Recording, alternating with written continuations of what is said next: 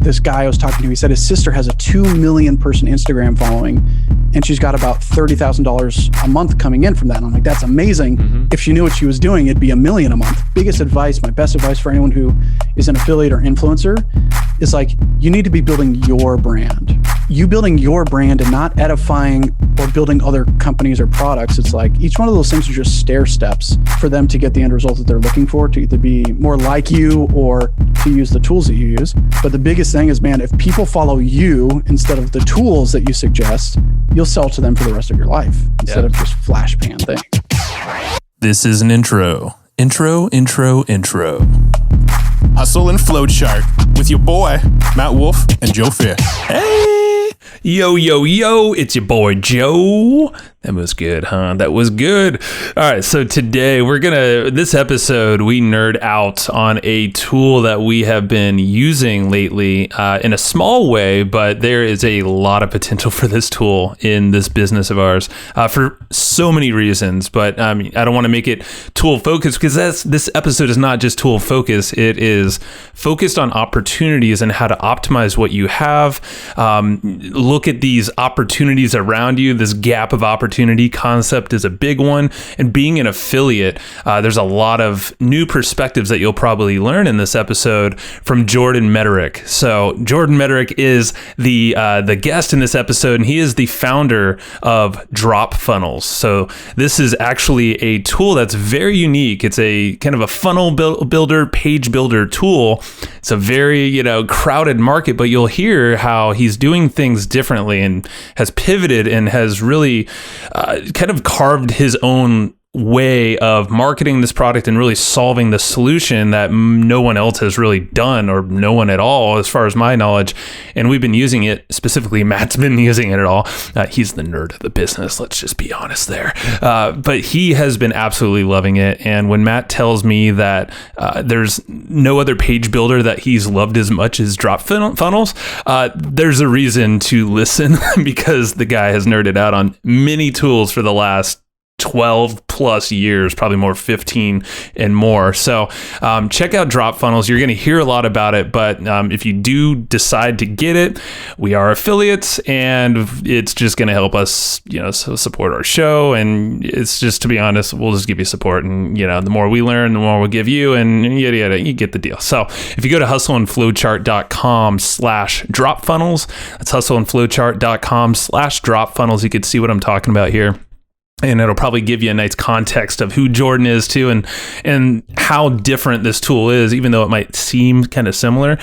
Check it out. But really, at the end of the day, Jordan is an amazing guy. He's very deep into, just the being an affiliate, but also just the perspective of what's possible out there when you start to look at things differently in marketing, business, and really the trends of business and how to scale and not do it in a way where you're confused. You're going to learn a lot in this episode. So make sure you also get the notes at flowchartgroup.com. We're taking the action guide notes for you, so you don't have to go crazy trying to scribble everything down. We already did that for you. So go to flowchartgroup.com. You also get access to our cool community over there. So be quick, 2 weeks of this episode going live.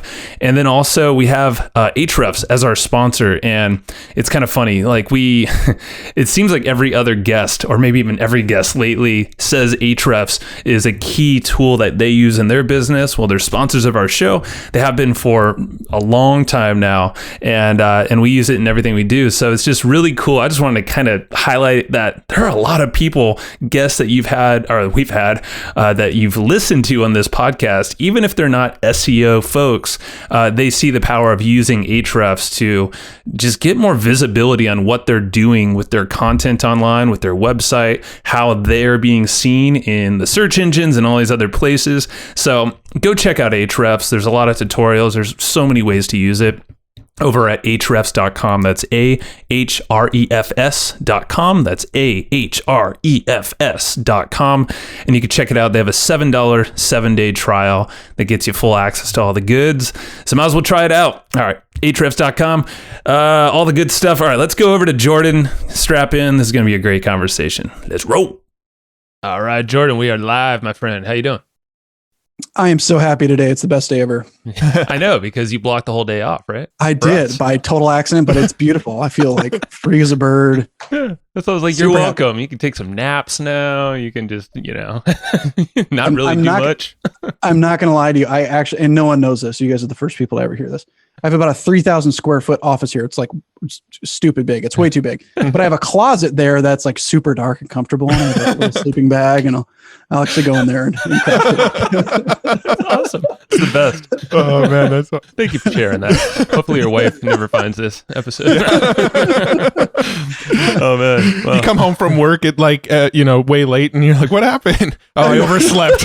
What? 9 o'clock. Little does she know, I don't actually have a job. So bills are paid somehow. That's cool. Yeah. Oh, man. Well, it's nice to meet. I mean, we just met, which is rad. And we got to give a shout out to Mr. Bryant George. He's always hooking it up with the cool people. So it's cool to meet you. And we've been using your product, or Matt has actually, Drop Funnels. And well, you tell him what tell the listeners what you told Jordan about it. Yeah, so I've been using Drop Funnels. My mattwolf.com website that I literally just started building. I figured I'm going to test a new product for that one. This was before George Bryant introduced us, and I hadn't heard of Drop Funnels. And I'm trying to remember. I do know how I came across it. Bob Serling, he was thinking about using it, and he was like, "Hey Matt, have you used Drop Funnels?" Because I'm kind of the guy that people go to ask about tools. I test everything. I play with everything. I know every tool that exists, and I've probably tried it. So he asked me if I've heard of Drop Funnels, and that was my first hearing of it. So I went, no, but I'm going to go check it out. They've got a trial, so let's go see. So I signed up for Drop Funnels and set it up on my mattwolf.com website. And as far as like the actual page builders, I think it's the best one I've seen. As far as like the functionality and getting things exactly in place and lined up the way I want and doing all the, it's been the easiest to sort of dial in the look of the website of any of the ones that I've played with so far. Yeah, man, I appreciate that. It's been we're still breaking a lot of stuff, but it's gotten I think a lot of high level attention, primarily because we're just kind of redefining a market, so to speak. Like we're in what was kind of a red ocean, and now we're redefining that to create our own blue ocean in a different way for a more elite experience for people that are looking for that. I'm curious to hear what that's going to be like. Let's say that for a little later on. Sure. But yeah, how you're differentiating yourself from the monsters out there that will say monsters. Yeah. Well, let's dive into your backstory a little bit. You mentioned before we hit record that before Drop Funnels, you used to do a lot of affiliate marketing stuff. So let's kind of let's go through the story a little bit. What were you doing before Drop Funnels, and how did you get into the marketing world? And let's sort of dissect that a little bit. Yeah, I feel like most entrepreneurs fall into it kind of by mistake, or it finds you and that type of thing. It's like, so my first soiree into entrepreneurship was like I offered to spray paint the numbers on people's houses, like for their house on the curb, with like glow in the dark paint, and which I thought was this great idea. What is going to charge like $1 per number or whatever it was, and passed it all around town. I got 0 buyers, and so I realized, okay, I need to learn marketing and sales. I was like 8, okay, so quit beating me up. All right, I was 8. I love the idea. I don't know. Yeah, so I thought that was genius, but no one wanted it. But anyway, what it was is that I kind of got hooked on that bug. It's like, man, why can't we really just bring any idea to life and share that with people, and that really creates this amazing environment where anything is possible for you.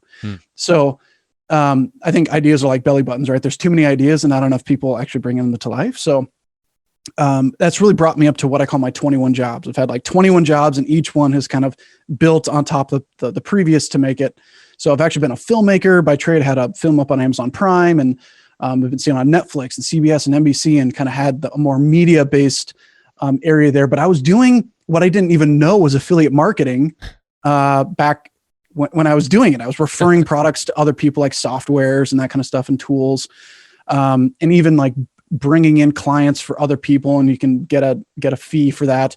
And so what I found is that just by standing in what I call that gap of opportunity of, hey, these people have something that's great. I don't want to redefine it and build it or figure out any of that stuff. And I know that people need that. How can I just connect those dots? And I didn't even know it was called affiliate marketing, when I was a kid. But then I grew up into into learning, digital marketing and finding out what an opt-in page is and what is a list? What does a list mean? How does that work? And how do you engage people? And I think my first direct response product ever was a product by Dave D, because I was a magician as a kid and got to travel around the United States doing doing shows for like corporate events and that kind of stuff.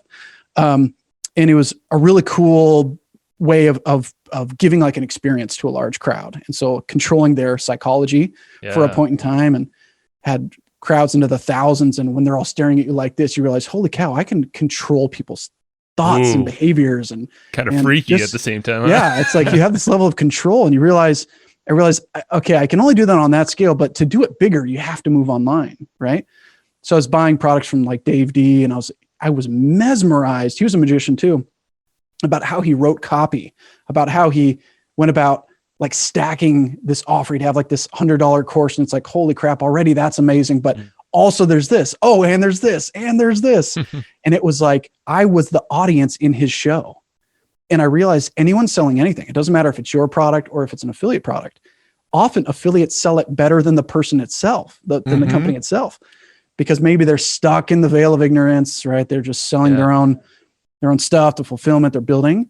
Affiliates, the only thing you have to be good at is sales. That's right. That's it. And it forces you to focus on that. So I was part of a couple groups that did some high ticket affiliate stuff. And I think we did like 30 million in like 5 years or something like that.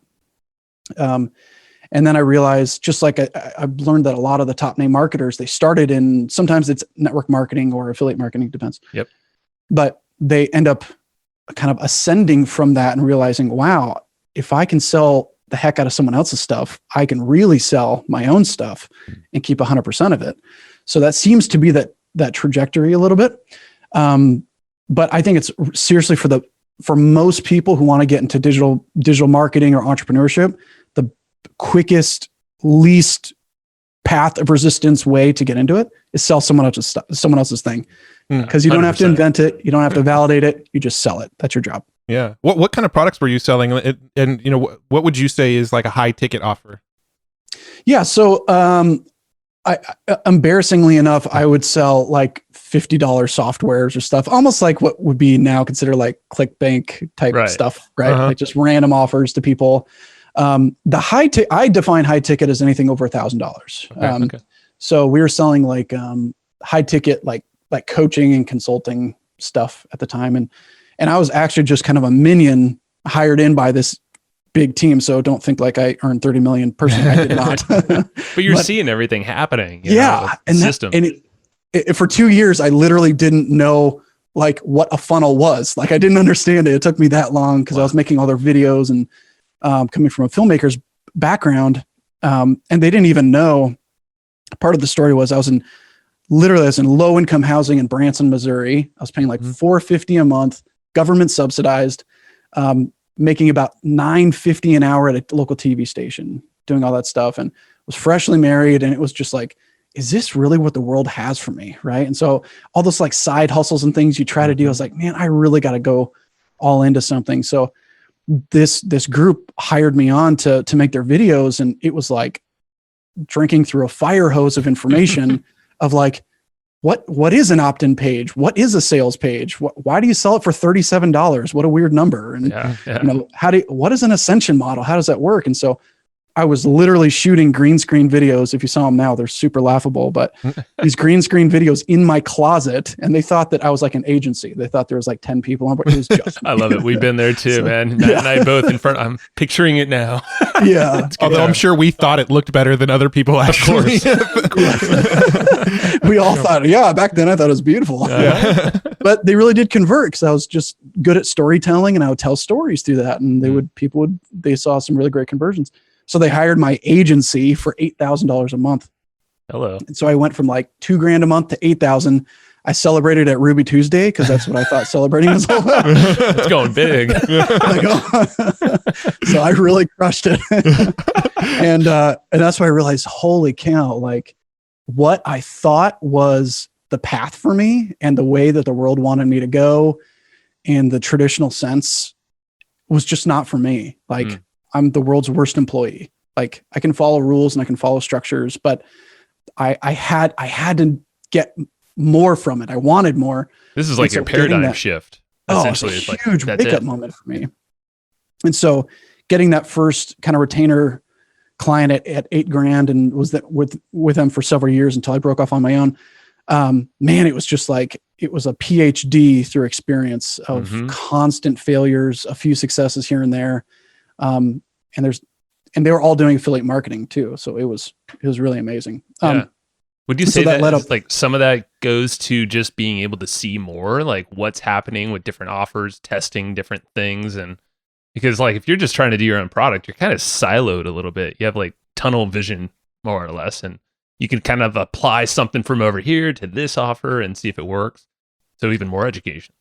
I think the best thing anyone can do if they can is like literally just get chewed up alive by going to work for someone big who has it figured out. And I mean, one group I actually worked for free for 3 months just to learn. I was like, I'm really good at copywriting and videos. I was like, I'll build your stuff for 3 months just to get into the environment, and then ended up being accelerated into a partner in that same business, like an equity partner into that, just from putting in my chops and getting, so yeah, I think if you're not going to be doing your own stuff, or just, you really want to accelerate, jump deep into the pond and start working inside of a team where you're going to get exposed to like a bigger mindset, way more opportunity.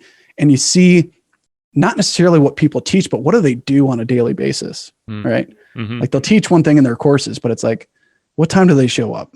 What's the first thing they do in the morning? What do they really focus on? What numbers actually make sense? And all systems, those things, processes, the routines. Oh yeah. All that split stuff. tests and like traffic sources and understanding indoctrination and email sequences, so there's a lot to learn. The fastest way is just to dive in really deep. Yeah. So along that journey, I mean, there were a couple things he said actually is the gap of opportunity. I thought that was pretty fascinating too. Thinking yourself as an affiliate at a younger age, you found like a gap of opportunity.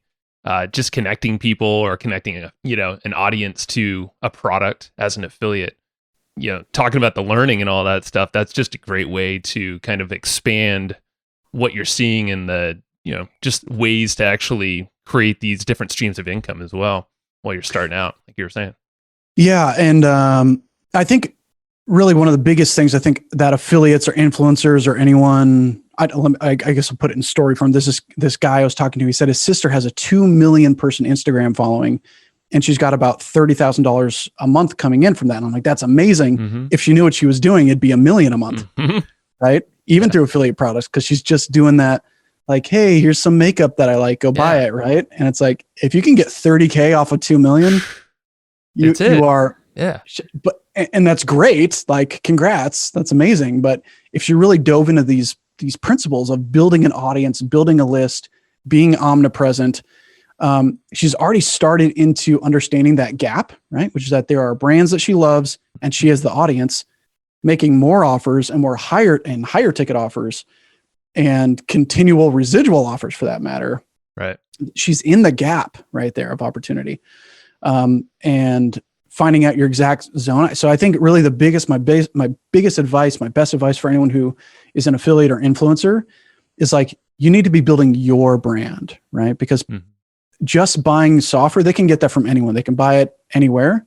But when they know, like, and trust you building your brand and not edifying or building other companies or products, it's like each one of those things are just stair steps for them to get the end result that they're looking for, to either be more like you or to use the tools that you use.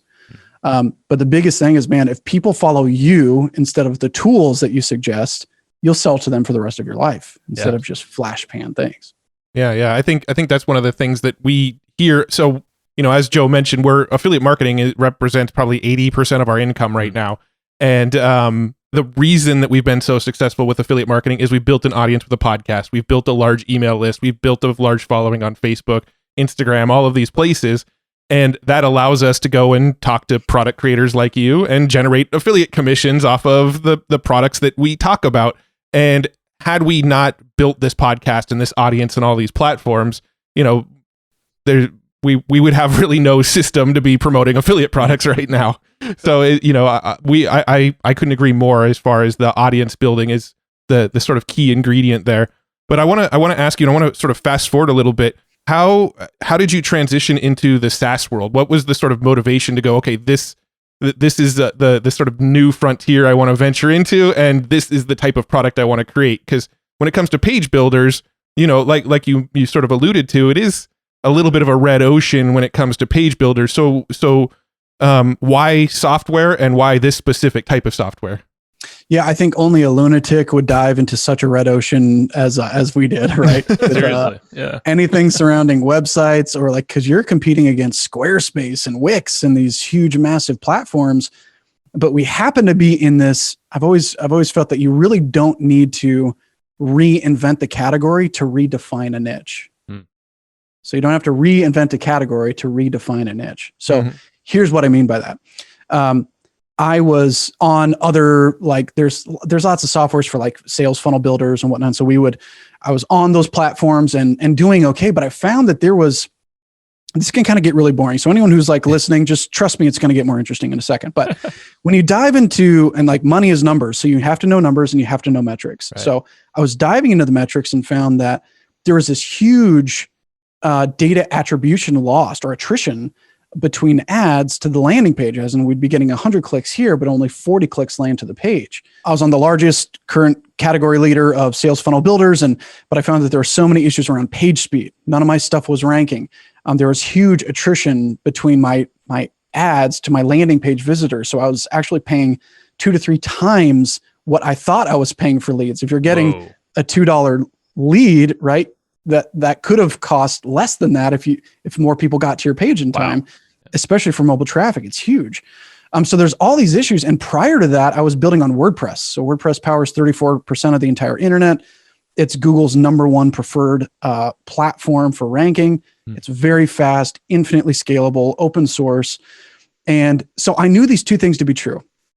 One is that no matter what, period, sales funnels have been around since the early 1900s. Sales funnels and sales funnel psychology of taking people one step at a time through a sales process is the way to sell more stuff, period. Psychologically, that is the case. But from a tech perspective, Google, Facebook, YouTube, every ad platform and search engine on the planet favors WordPress. But these two things were never connected. So people have added plugins and all that stuff. WordPress is extremely technical. You have to have developers and programmers and all these things. So you're stuck between a bad platform, but good psychology, or a great platform with no psychology and good luck, it's expensive. And so I realized, wait a second, I need to come. If no one else is going to do this, I need to do this. So I hired 5 full-time developers, bootstrapped it, and started to want to build my own dream system to solve my problem. And even back then I was doing some affiliate stuff. So there's actually features in there that is kind of an Easter egg to an homage to my affiliate marketing days, that there's a link tracker built in that's meant for affiliate tracking. So kind of like a click magic type of thing. And then I realized I just need to eliminate one by one all the issues that people have with using WordPress, which is the only reason people that they aren't using WordPress right now, and why they're on sales funnel builders, to get them off of that, so that now when people are jumping in from ClickFunnels, Kartra, Kajabi, any of those things, now you have everything in one on WordPress. Your sales funnels can rank. You have everything all into one, unlimited funnels, courses, link tracking, pages, your blog, your home site. And because it's built on WordPress, you have cheaper traffic from every ad network. Your sales funnels and content all kind of rank in synchronicity. And your pages load exceptionally fast. So your conversions, we've seen people, it depends on your offer, but conversion increases between 30 to 50% because the page load speed is so much faster. Amazon found that for every 100 milliseconds of latency, their conversions could drop 7 to 10%. It's wild. And trust their testing, because they're doing the most trust ever. Amazon, right? Yeah. So, wow. And some of these sales funnel builders, they were at, 20 seconds, 25 seconds, 30 seconds for a page load speed test. It's no longer like a luxury. It is a necessity. You have to have fast pages if you're doing any marketing online, period. Yeah. So we knew we could get that with a WordPress based infrastructure, but with none of the tech. So that was the I love it because I think my biggest headache with WordPress, almost everything we're doing right now is running on WordPress. And my biggest headache is every single day that I log into WordPress, at least 3 of my plugins need to be updated. Yes. And it bugs the crap out of me. Really? Because that often? Every day. Yeah. Well, because we've got, I think, maybe 20 plugins running at any given time, and they're constantly updating. And I think every day, at least 3 of them need to be updated. And it bugs me because it'll be like, I'll notice it at 11 a.m. on a Tuesday, and I don't want to update them because I don't want my site to go into maintenance mode right at that time, because I know this is sort of a peak hour that the most traffic is coming to our site. So I don't want to go update these plugins right in the middle of my day, and that is probably my biggest headache with WordPress right now. And I noticed when I got into drop funnels and used drop funnels, first of all, you can't really go and just grab any random plugin and install it. It seems like you have sort of this closed system where you're going to make sure only the plugins that are going to keep your site running fast and smoothly are allowed to be installed on the site. And then second of all, I've never seen a notification that I need to update any plugins when I log into drop funnels. Yeah, and that these are just examples of all the things that bugged me for years and years, was all that, like, which host is the best, which plugins are the best, which conflicts are you going to have if you want a new feature, like you got to add a new plugin and hope it's compatible, right? And then every new update could bring your site down, right?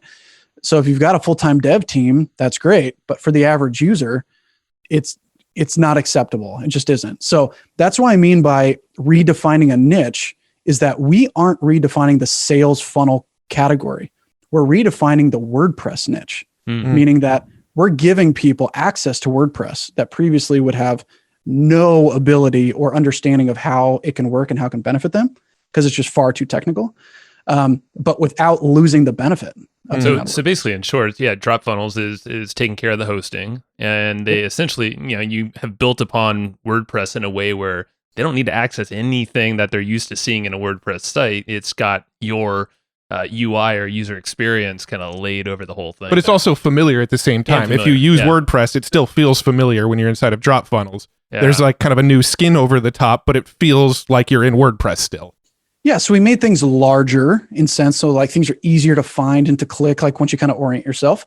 But yeah, you don't need a membership plugin like Access Ally. Like Mike Dillard, for example, we rebuilt his entire infrastructure. He spent $500,000 building a and he started as an affiliate too, big time affiliate. Yeah. And so he spent $500,000 building his stuff hard coded into WordPress. Now every user gets it into drop funnels. Now, no plugins at all. So yeah, you have that, but you don't have to worry about security or hosting or support or maintenance or plugins or themes or any of that. It's like, how do we eliminate the barriers to getting people to market? And sometimes, I'll be honest, guys, it exposes people's weaknesses really quickly. Interesting. Because you realize if all I have to do is launch my offer and drag out a checkout page, you realize, okay, I need to have something to sell. Right? Good point. I have to have an offer, right? Yeah. Yeah, go ahead. Did you run into any major challenges that you learned some big lessons from in the process of developing, maybe through the course of hiring and wireframing and all the stuff that comes with developing a SaaS? What are some of the hurdles you ran into and the lessons from them? Oh, every day. I mean, I'm in the mode of fast forward failing. Like, we try to fail every day and break stuff because we're doing things WordPress has never been meant to do, really. Right. Or really any platform to build as much value in as we're looking to do. But yeah, I'd say from a personal perspective, it's made me get more technical because I'm not a coder. I'm not any of that, right? From a team perspective, it's taught me the value of finding really good people. We've got about 20 people on staff now. And from like a solopreneur affiliate marketer to being the CEO of a SaaS company, like, it's exposed my weaknesses and made me up level, not dive deep into the weeds of like the minutia. Like, I have to be able to delegate things and give tasks to people. I'm sure that's the toughest part. Yeah, you pretty quickly figure out which things you are the bottleneck in for your business. Dude, we took a trip to Disney World with my family, and we actually made more money when I was gone than when I was here. So I'm like, I should just not be involved anymore. Saw that picture too. Congrats, by the way. Yeah. Thank you. Yeah. I saw that trip. I was like jealous. I was like, Disneyland. The one over here is closed still, but the fact is, you let go and let the team do the magic.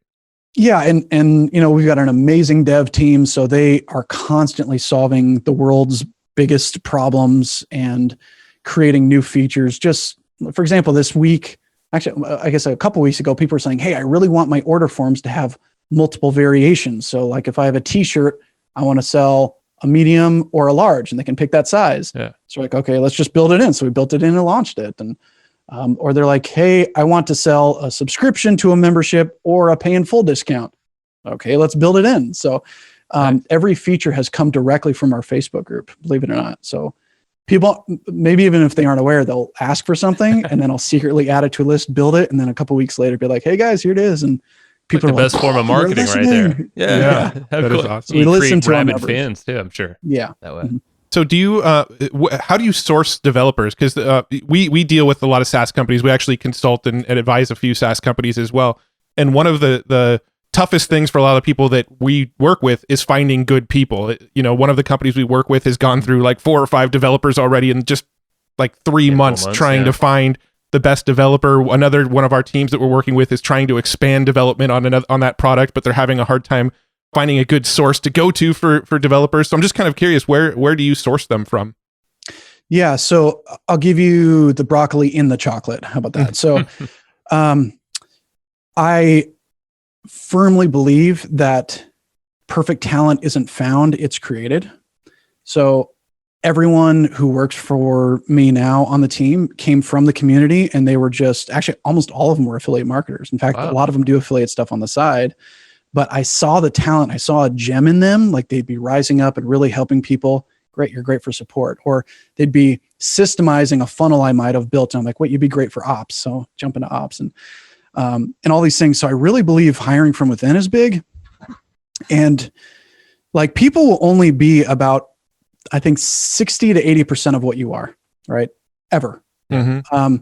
And they start at about 40. So it's up to you how much up to your scale and expectations that they become. And that's based on you as a leader. Mm-hmm. Like, are you going to train them, help them to get where you want them to become?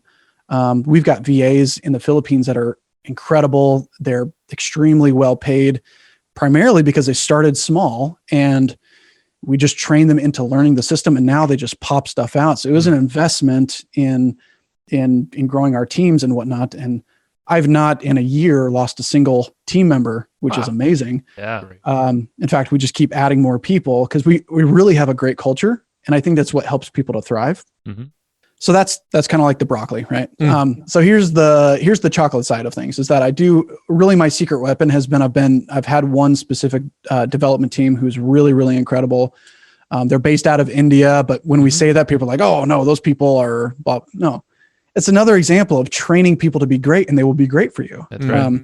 So in certain cases, I'll like bring, if it's a really good fit, can refer them to them, but I don't even tell people publicly who we have, because it's You don't have to. That's all. but again, I think the biggest point is that we've really grown together. Like, you don't just find the perfect team, you create the perfect team. Yeah. And so it's been a process of them knowing knowing what they know, and then me raising the standard of development and processes and whatnot. So if people want to connect with me and they really need some help, I could probably connect them to the team. They do a lot of projects. Mm-hmm. But yeah, I think the mindset of finding the perfect developer is just kind of a myth, and people should just It's people. think differently. Yeah. I agree. They're people. Yeah. Well, I think I'd like to go into some of your thoughts behind sales funnels and just funnels in general, because I know that's everything. You mentioned that earlier as well.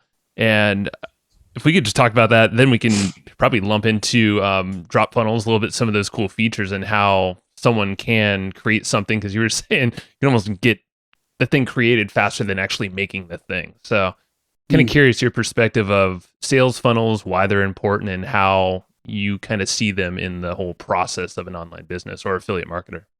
Yeah, totally. And so first of all, I'd say, as I mentioned earlier, everyone should just pick the tool that's best for them, right? So drop funnels is not for everybody, period. There is no tool that's for everybody. And you just need to vet whichever one's going to fit within your realm and the things that you need. But as far as like sales funnel builders are concerned, drop funnels really does make it very simple and gives you a lot of the benefit without the headache. But specifically, we do it in in kind of a way that others aren't.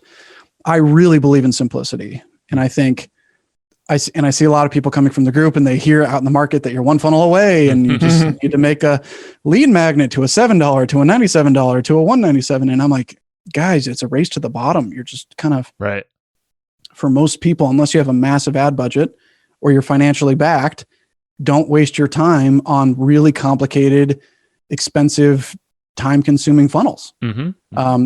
In fact, I believe and teach this model. The CEO of Rakuten, his name is Mikitani, teaches this concept of the rule of 3 and 10, which is that every system that you have will be broken in multiples of 3s and 10s. So, for example, you can hit 3K a month kind of by accident. Like that can just happen. But you don't really hit 10K per month consistently on accident. You have to have some systems, right? You have to have something in place for something to be replicated over and over and over. So you have a little system. But you'll never extend beyond 10K per month to hit 30 unless you have probably a really good higher ticket offer or massive scale, right, to get to that point.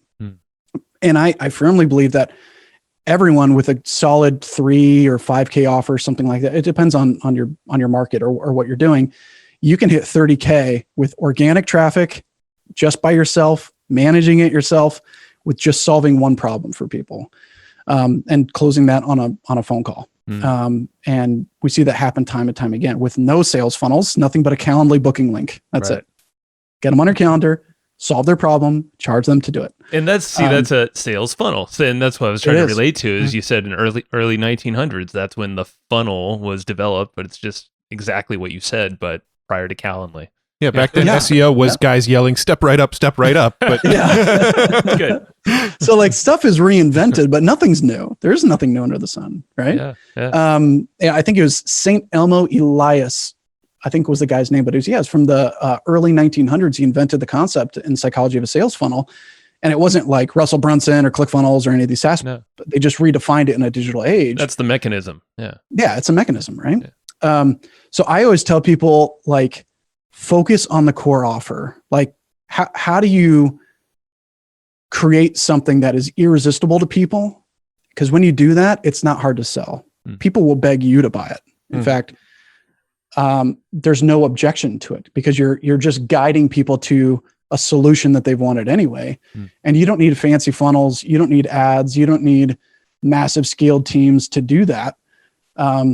Once you surpass about 30K, you'll need probably some VAs. You'll need some fulfillment teams. You might be running some cold ads for additional lead generation and whatnot. But by that point, you can afford it because you have the cash flow to do so. So I always like to teach funnels are about a sequence, right? And just drop the ego and be willing to know where you are in that sequence.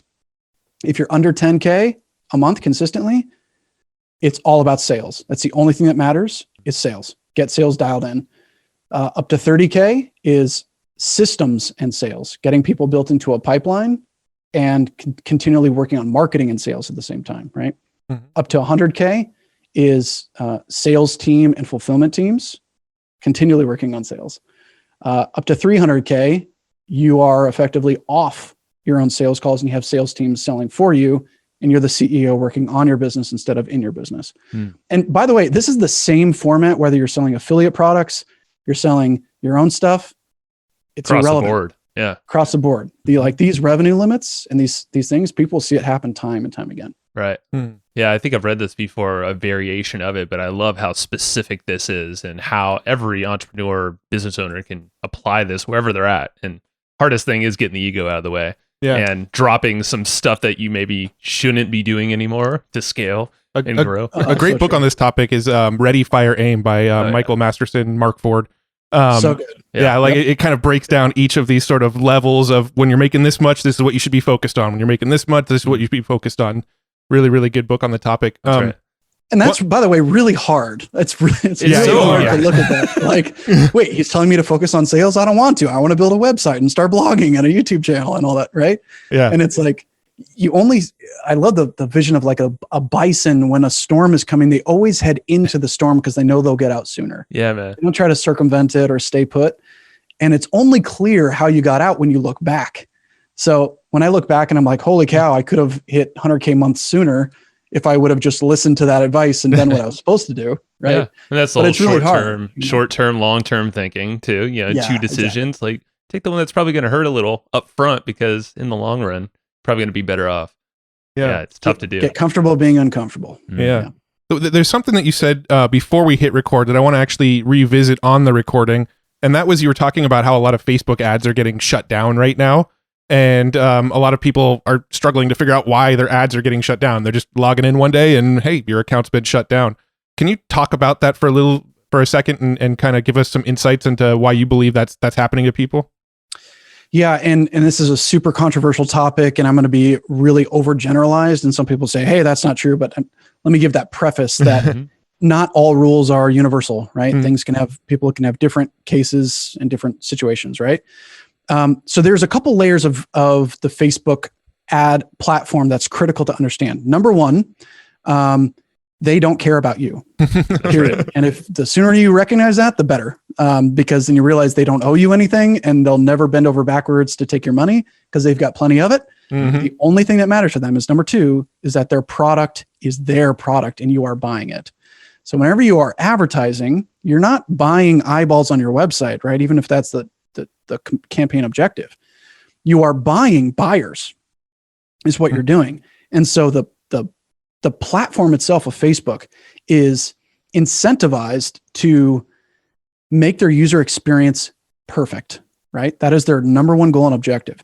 So here's what's happening. And it happens to be very prevalent on ClickFunnels because they're one of the market leaders and a lot of people are using those. There's two levels to ad account shutdown. Specifically, like you could actually just be uncompliant, right? Your stuff is bad. They don't want it on the platform. There's that. And that's been around for forever.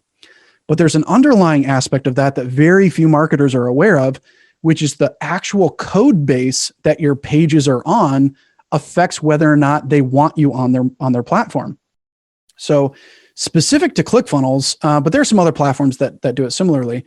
Their actual URL structure, like when you get an account there, you get all these domains and everything. It sounds perfect. But it's an actual URL redirect in the eyes of Facebook. And this has come directly from multiple $1 million advertising agencies per month that they're spending.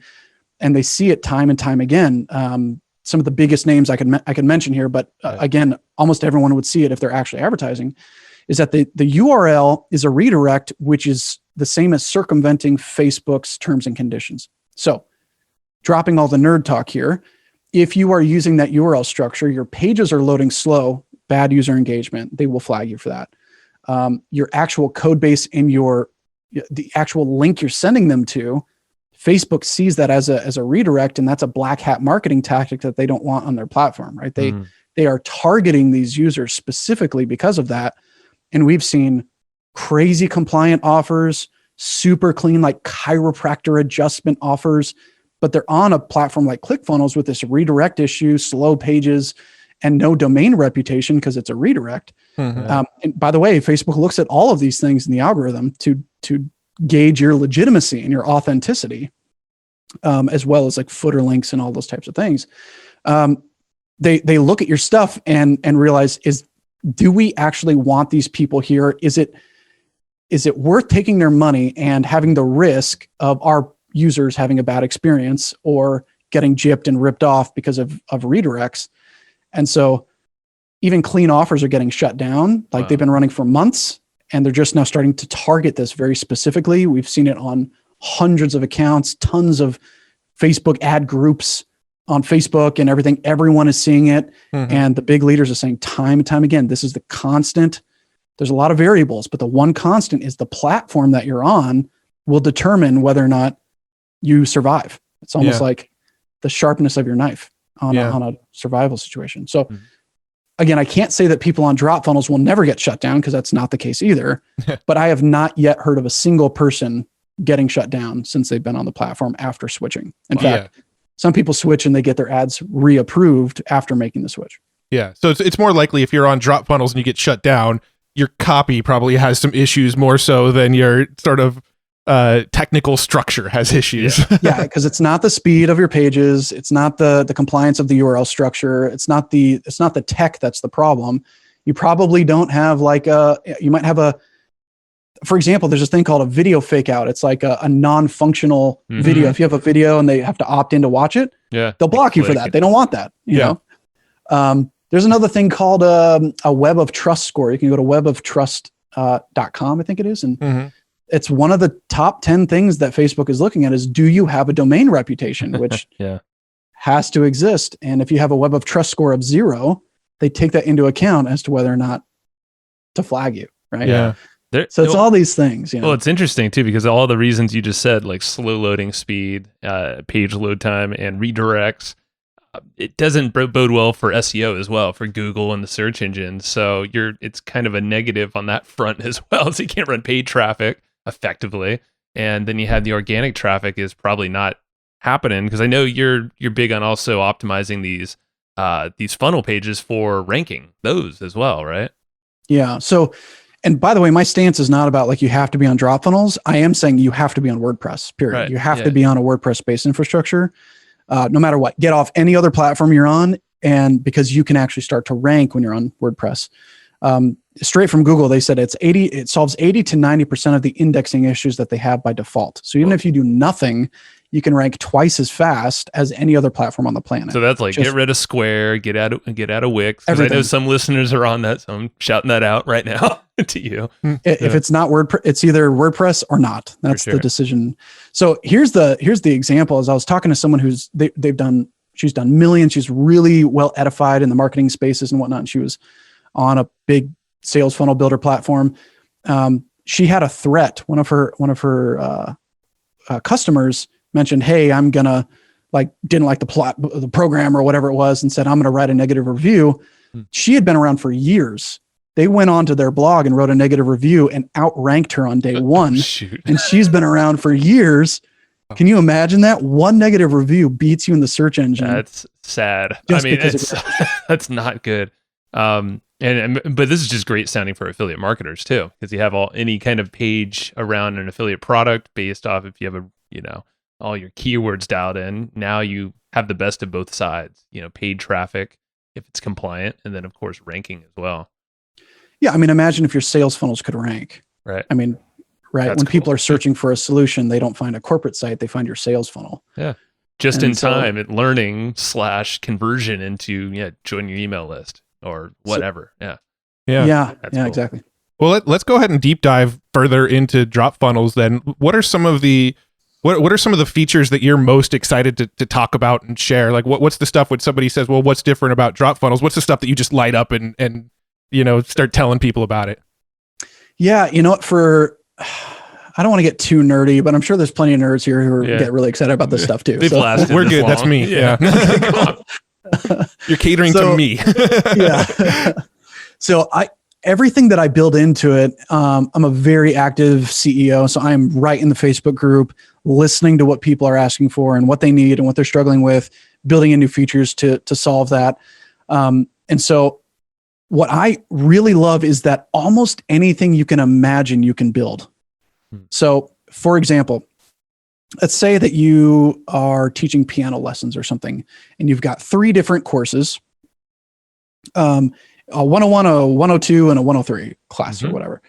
You can decide, hey, I want to have a website called learningpiano.com, and then I'm going to have one major button that links directly so that major page can rank in the search engines, right? That's my main authority site that can link directly to my registration page that I can sell 1, 2, or all 3 of those courses. And dependent on what that person buys, will only get access to those once they log in.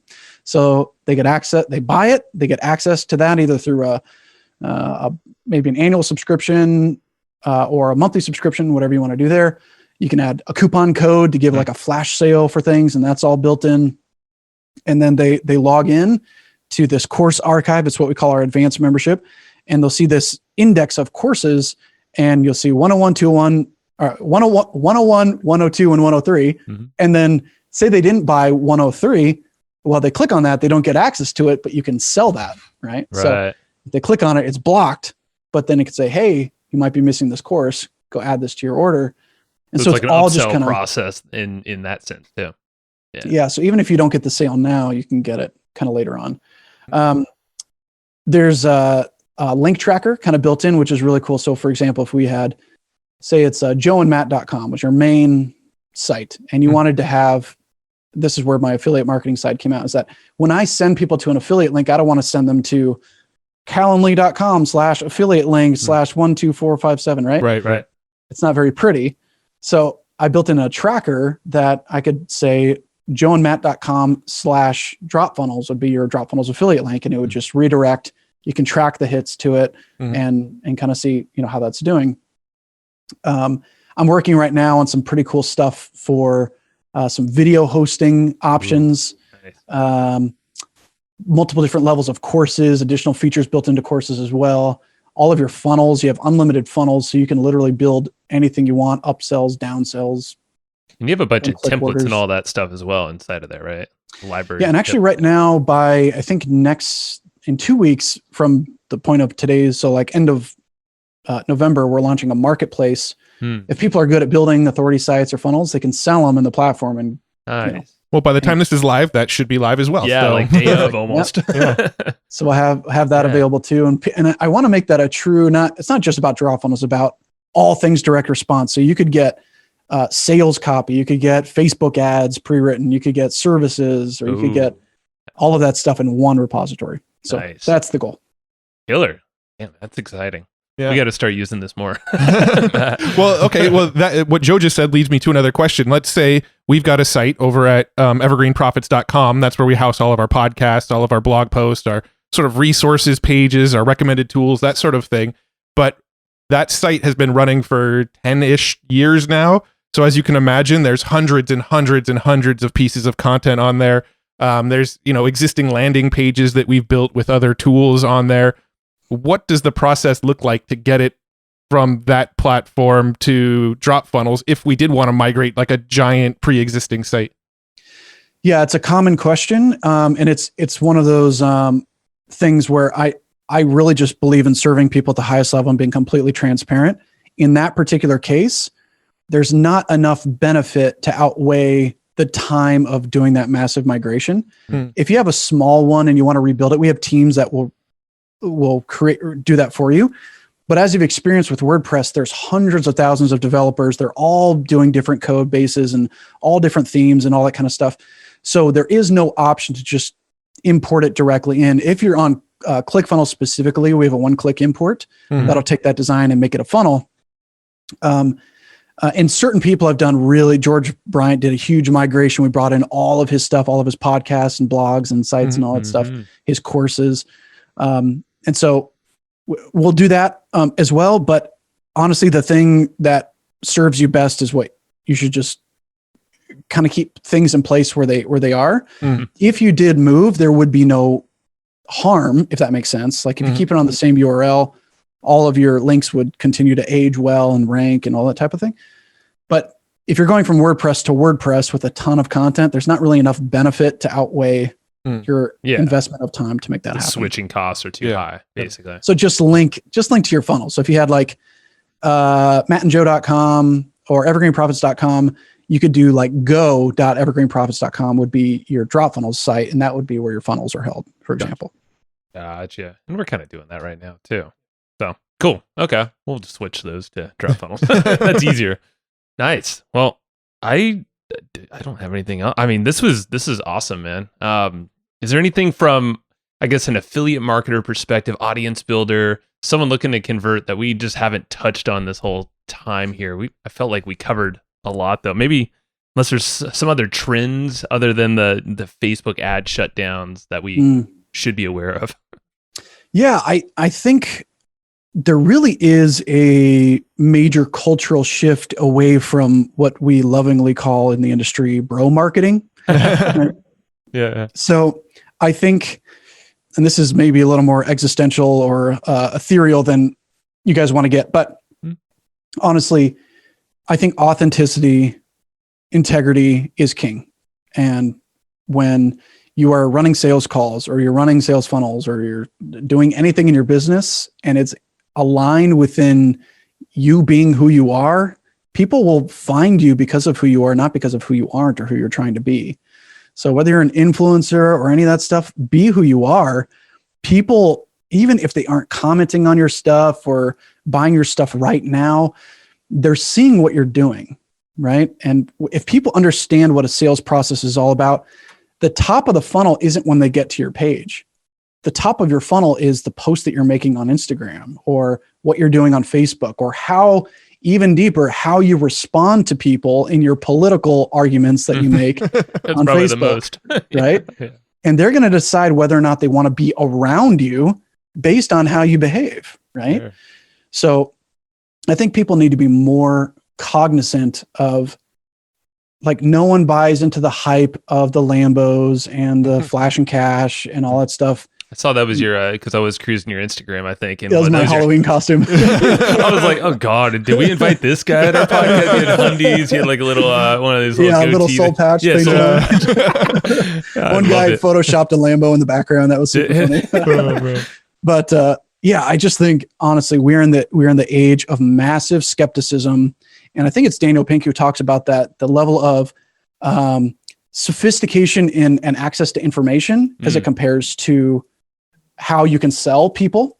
They're pretty comparative. So for example, like back in the 70s, used car salesmen had all the information. You couldn't just look up how well a car was going to treat you or any of those things. So they had the control.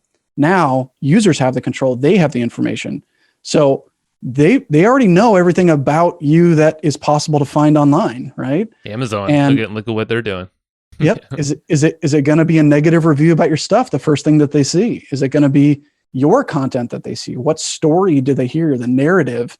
How do they, when they interact with you, what's it like? Do they get a good feeling about that? I mean, I don't have to tell you guys. Clearly, you guys are amazing guys and very authentic, and you don't have to be someone that you're not. Like, being who you are, you'll find snowball effect of bringing good people into your life, I think. Yeah. It's one of the hardest things to, like, I guess, get into and not wear a mask in your marketing, because you're trying to like serve these people. But yeah, you're right. I think it's the long game too. It's going to pay off. Yep. Well, very cool. Thanks so much for joining us today. And where can people go learn about drop funnels? And is there also anywhere else online that you'd want people to go check out, social media accounts or anything else that you want to point people to? Yeah, honestly, we've got just one environment, and it's we've got a Facebook group. You can search Drop Funnels to get into it. It's a free group, and people are super supportive of each other. It's really the best place to kind of dive into our world. Obviously, there's trials for people. I'm sure you guys have got some good hookups for people there. But I just suggest people to, when it's the right time, for you and your business, dive into the world of digital marketing head first. Like go all in, burn the boats, because you're going to just be a better person and win longer term, especially here in the age of COVID, right? When we, I mean, it's your only now's choice, the right? time to make this happen. So whether you're an affiliate, a networker, you have your own products, you want to launch your course, just move forward fearlessly, because there's a gap of opportunity in the market ready for you to jump into, and whoever gets there first wins. Love it. Well, cool. Anybody listening, check out the Drop Funnels group on Facebook, and then also hustleandflowchart.com/dropfunnels will actually be a special redirect over to where you can learn more about Drop Funnels. So Jordan, thanks so much for spending the time with us today. This has been absolutely amazing. Appreciate it. Guys, you rock. This is super fun.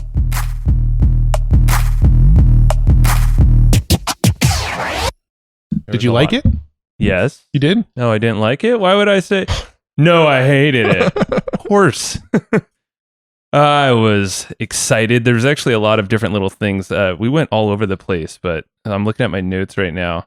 I feel like it was I feel like there was little bits of tactics in there, but we did cover like a lot of ground with it. We did. And I'd say more strategies than anything, which and then there's some tactics, but yeah, like I have a handful in mind that are outside of the one that we were just discussing prior to recording. But yeah, I would say the very first thing, so just to say a quick one, is the way that he's jumped into a red ocean, which is like shit ton of competition. Could be like playing on price, on features, like all that stuff is very competitive and it's tough to stand out. And he's now created a blue ocean effect where it's not all that, because, and I was curious at first. I was like, okay, so how did he do this? But then then start understanding like, okay, all the features and how he's built this thing on top of a platform, WordPress, that has this shell that he's created, the UI of like all the graphics and the user interface that users can now use, but the benefits of WordPress and all that stuff is cool with all these other platforms like Facebook advertising and Google SEO. Yet for the user, it's simple as hell with a drag and drop thing. Yeah. That's how you create now a blue ocean, because he's different. It's like a completely different product in this very competitive space. Well, yeah, he sees it as like not really competing with the ClickFunnels and the lead pages of the world. He sees it as like, I'm making WordPress easier for everybody. That's kind of the way he's seeing it. He can, while everyone else is probably going on price and features, he can completely talk a different thing. You know, like he doesn't have to talk that language in his marketing. I think that's what's so freaking awesome, and like a big, I think that's a mind shift that all of us can take and apply to anything. Yeah. Leverage something that is existing, or something like where it's proven, and like freaking maybe layer it up or leverage it somehow where someone else might not be looking at that thing. And that thing I'm saying here is WordPress. Yeah. And I mean, my take on WordPress. I've been a big fan of WordPress forever. My first product was called the WordPress Classroom. Right. But lately, I think I was even telling you this last week, that like, if I could get off WordPress, I would get off WordPress because I'm getting really, really sick of it. I mean, essentially, it's kind of what he created, because he even takes the host. Like, if we were not partners, I'd just like jump here, because I don't like any of that crap, hosting and back-end management. I mean, I don't mind managing WordPress and the hosting and that kind of stuff. It's not a huge, I mean, like I can count on like two hands how many times in the last like 3 years I've had to log into our hosting account, right? Like the hosting just kind of handles itself. But when it comes to WordPress specifically, figuring out what plugins are slowing down our site, figuring out what plugins conflict with each other. Every time I log in, I'm having to update plugins. Like a nightmare. And then like the themes are constantly getting updated. So you got to get in and update the themes. And if you do any sort of like PHP or coding behind the scenes, every time the theme updates, if you didn't create a child theme, then you need to go and every time you upgrade like 20 a theme, themes ago. Every time you upgrade a theme, it'll overwrite any changes you made to the previous theme, unless of course you're using a child theme, which is the right way to do it, but most people don't.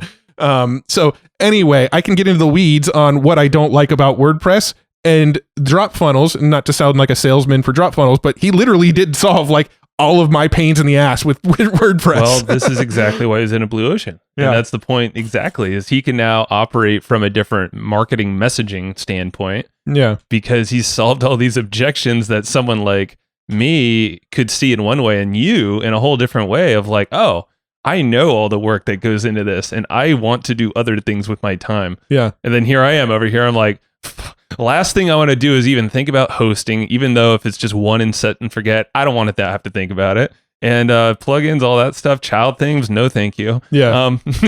Yeah, simplicity. Yeah. I'm all about that. And we talked about how we were talking to Jordan a little bit after the recording was over as well. And we talked about how we've never really sort of hung our hat on like a page builder, right? Like we've got our checkout builder that we absolutely love and swear by in ThriveCart. We've got our membership platform that we love and swear by with Members Pro, right? We've got our autoresponder that we love at ActiveCampaign. Like we've got all these tools that we really, really love, but we've never gone out and said everybody needs to use this page builder. We've used ClickFunnels. We've used Groove Pages. We've had Mike on. We've had Russell on. We've interviewed these other. We've interviewed them all. We've interviewed all the founders of these various page builders. I even interviewed Clay Optimized Collins and too. Like those guys are James and Ian over at Optimize. I mean, they're all our buddies. Yeah, but we've never really went and hung our hat on a page builder and said this is the page builder that I think everybody should be using. But with my, I mean, I'll be honest. I haven't used DropFunnels a ton. I started to build MattWolf.com on DropFunnels. And then kind of never really fleshed it out a whole lot. But I've gotten in the back end and played around with it. I even sort of demoed it for you one time. Yeah. And, I honestly think as far as a page builder goes, it's my favorite one that I've used. I can literally build anything I can imagine. If I can look at a website and have DropFunnels open on like one of my monitors and this other website open on my second monitor, and I can probably clone any website I find into DropFunnels. It's like, it's pretty ninja, like how dialed in you can get it. So then really in like what I thought it was funny because Jordan basically said how it exposes the weaknesses in marketers or entrepreneurs because it's so damn fast to get that up to speed. Yeah. Where, yeah, you have to actually figure out how to create a killer offer because that's actually more important if you start thinking about it. Like that's all the shell. That's just the mechanism, the container. And at the end of the day, like he's kind of made it where it's almost like how AI is taking over a lot of ads and all that stuff. Well, yeah. He's just kind of giving you the closest thing to AI maybe so far. So get your ass out of page building, Matt. Oh man. but also into deeper in the core, which is really the offer. And like what problem are you solving? So you can then create this cool journey. How long is it going to be before there's like a website that you go to and you just like, hey, for $100, we'll build a business for you that just runs itself, right? I mean, probably not $100, but like already. Imagine like once you get to the month, maybe. Imagine once you get to the point where it's like, all right, you've got page builders out there that automatically just kind of like have the perfect design for you. You've got automated copywriting tools. You've got Facebook and Google ads, which need less and less targeting by the day because Facebook and Google are getting better and better at finding your targets for you. Well, it's like, how close are we to just like, okay, here's the problem I want to solve for people and here's my solution. Everything else is done for me. and remember and this is now getting a little tangenty, but whatever, that's what the section's for. Yep. Is someone recently in our support reached out and it was a software founder and asked him to be on the podcast.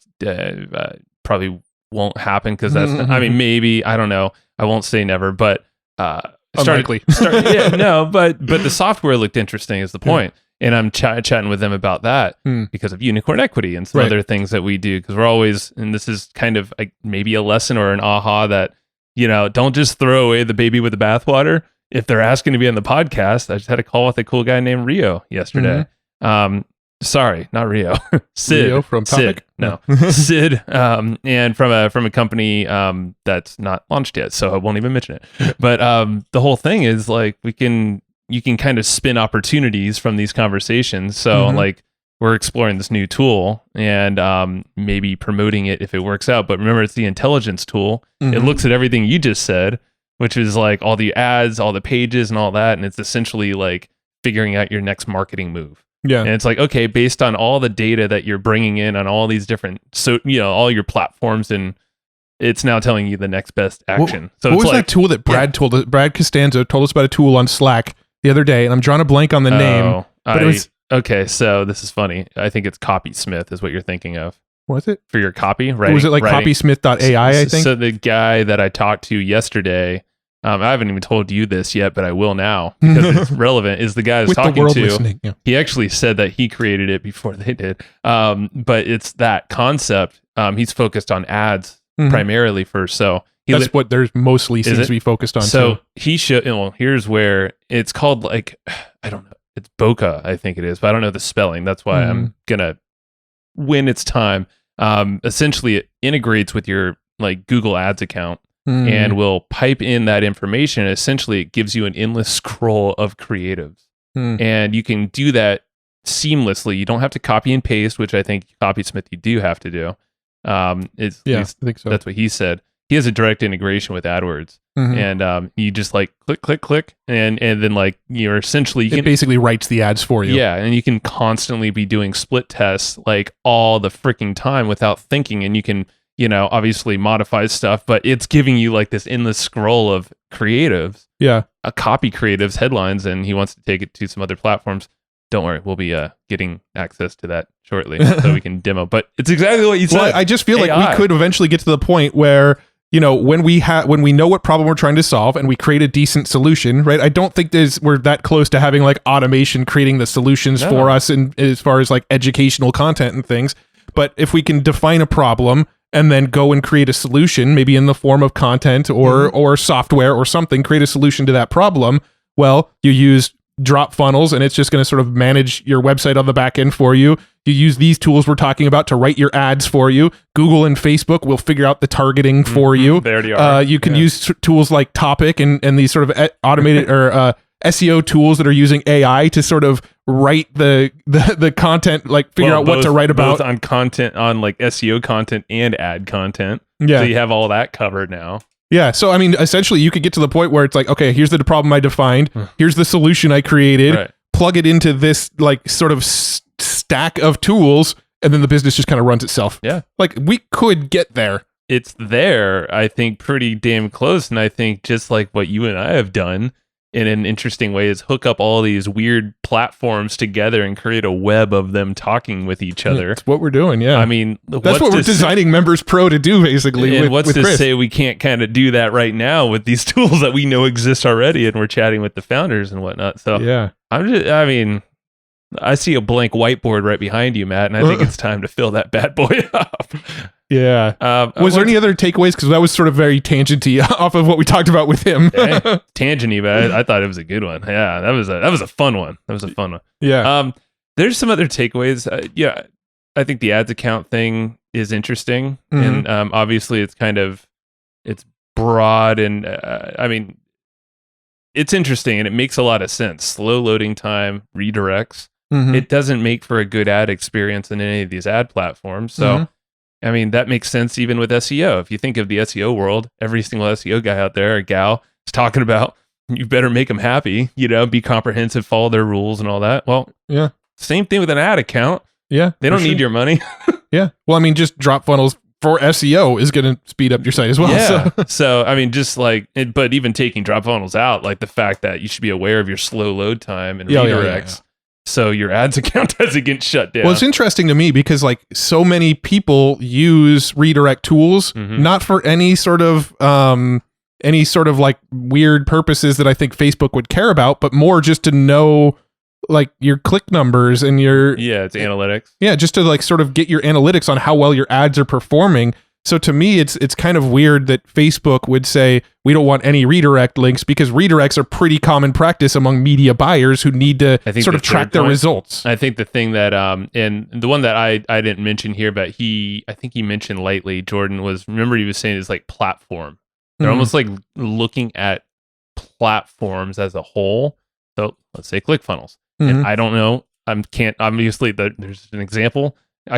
Just as much as I could say, okay, think about evergreen profits. If we had a big funnel builder, they would probably look at the platform that has the most of this problem, and they'd probably penalize those users because they're using a platform that makes Facebook's experience bad or lesser than, not to their standards. So they're just like, screw you, we don't need your money. Yeah, ban your account, at least force you to move to a platform or fix whatever issues.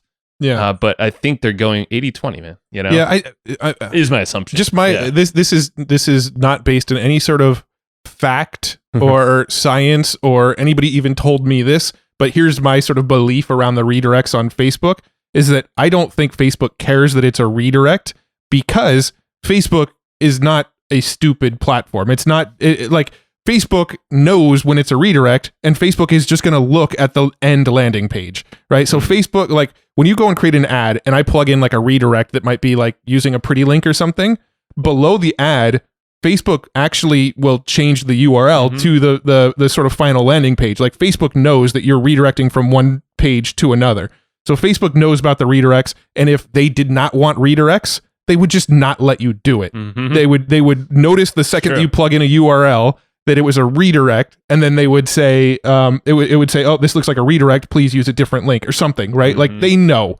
So I don't think they care about redirects, but I think what happens is leaning into what you're saying, I think what happens is that certain platforms, Facebook starts to get a bad taste in their mouth around the platform. So for instance, Facebook is starting to realize okay, if it's built on ClickFunnels, there's been a lot of, I don't know if this is true, but there's been a lot of shady products that have gotten launched using ClickFunnels sales pages. So, let's just start cleaning house and not letting ClickFunnels landing pages on our site. They did it with JVZoo.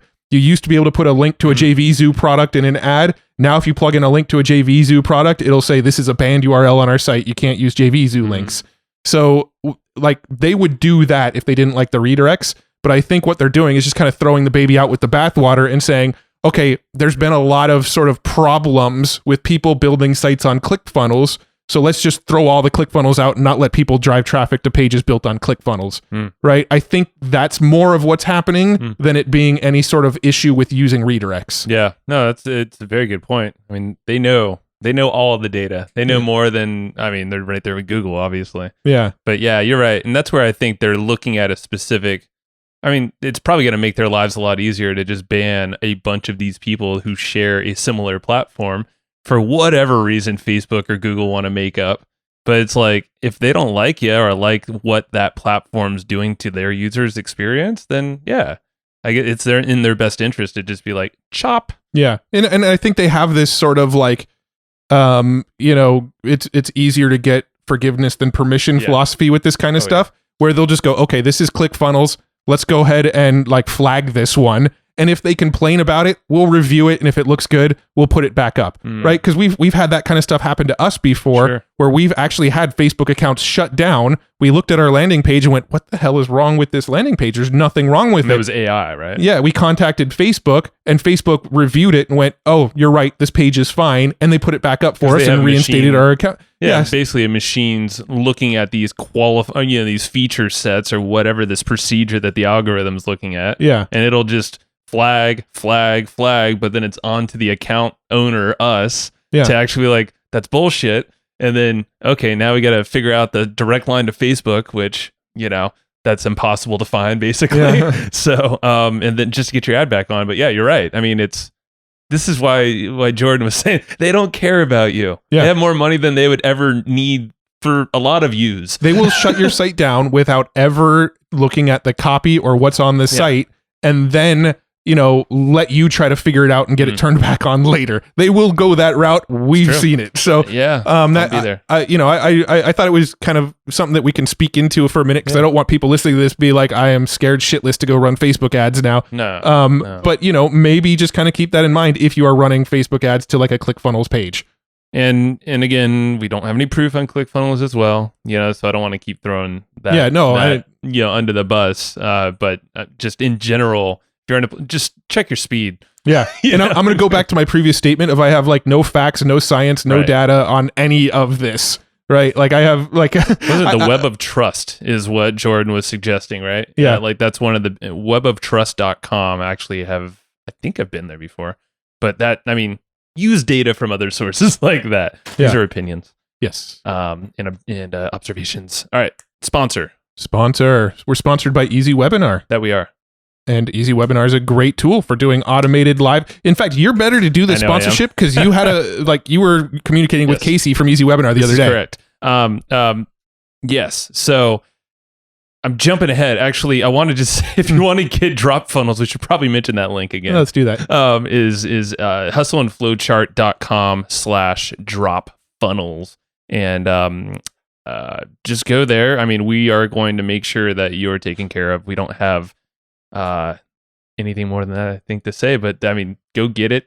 And I think if you like the guy, you like where it's at, go get drop funnels. Yeah. I mean, you just heard him tell you like what is going on with the platform and why it sort of outperforms the other platforms right now. So there you go. Helps support the show as well. Yes. All right. So thank you.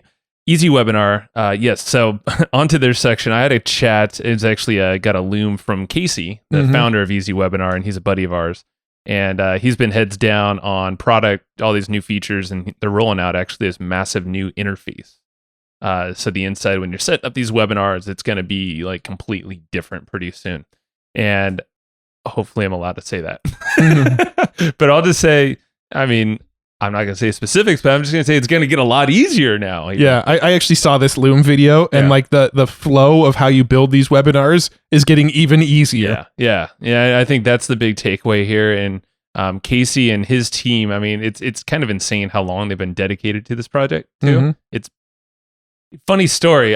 Back when I was in my animation days, like literally like 5 houses ago that I lived in, I made a video for Casey, and it was called a different product name, but it was basically this. And so it's just interesting. Well, wasn't it just Easy Webinar plugin back then? I think it was. Yeah. Plugin. Yeah. So it was a WordPress plugin at the time. It's not anymore. He just dropped the plugin part. Yeah. And it's like completely built differently as well. But yeah, it's crazy now. I just made the connection. I was like, wow. He was a paying client before we were ever really buddies.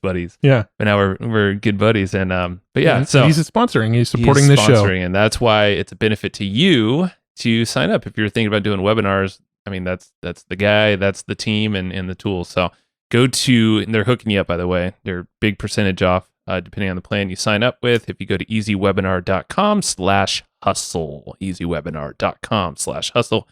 And make sure you get the notes too, as Matt hovers over the stop button. Wow, we've gone 21 minutes. I'm going to keep you hovering for a second longer, Matt. Get the notes. I don't know if we even mentioned that. We kind of missed all of our call to actions this time. But get the notes. But join the Facebook group because it's a 2-for-1. So if you go to flowchartgroup.com, sign up and put your email in there, you get the notes of this episode with Jordan and a few others, depending on the time you get in there. And special live streams from us sometimes, like we did yesterday. Yes. Hopefully they continue, or maybe not. No, we'll probably continue to do them monthly, but we put a lot of cool stuff in there. Flowchartgroup.com. Share this episode with someone that needs it. Thank you very much. Thanks, everybody, for listening to this episode of the Hustle and Flowchart podcast. Before taking the time to listen, we want to give you something a little bit special. Every single episode that we do, we actually have somebody on our team take notes. We basically have a Cliff's Notes version of every episode where you can go and find all of the tips and tactics that they laid out, all of the resources that they laid out, all the good stuff from this episode. We actually have a nice, simple notes version that you can find on our website. So go to evergreenprofits.com, find this episode that you just listened to, and give us your email address, and we'll send you the notes. Thanks for listening.